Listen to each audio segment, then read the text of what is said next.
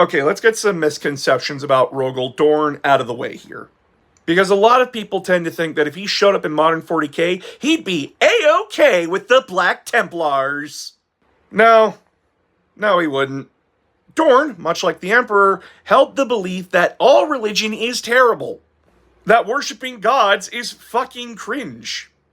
When Euphrates Keeler came to him, the first Imperial Saint, he threw that bitch in prison. And then would send Saint convinced Sigismund to countermand Dorn's order and not go to Istvan V himself. Yeah, he got even more pissed off about that.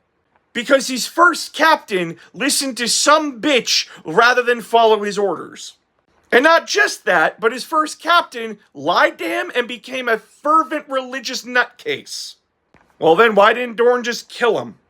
Politically, that's a bad idea, and as well, morale was already hit hard with Horus's betrayal. Dorn didn't want to make it worse, so he just quietly exiled Sigismund off to the farthest parts of the palace, away from him. And then during the Siege of Terra, some people think that Sigismund and Dorn's conversation is Dorn forgiving Sigismund. That's not what happened. Dorn sent Sigismund out in the hopes that, yeah, he'd take out a few of the traitors' leadership, but also hoping that Sigismund would die.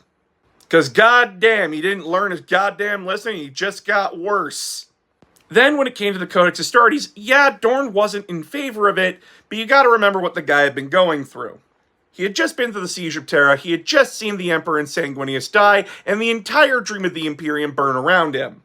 So when Guilliman introduced the Codex Astartes, Dorn felt like it was everyone blaming him for what had happened.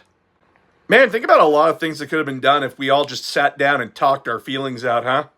But Dorn would come to accept the Codex Astartes and see reason, after not only horribly torturing himself, but scarring his legion for life!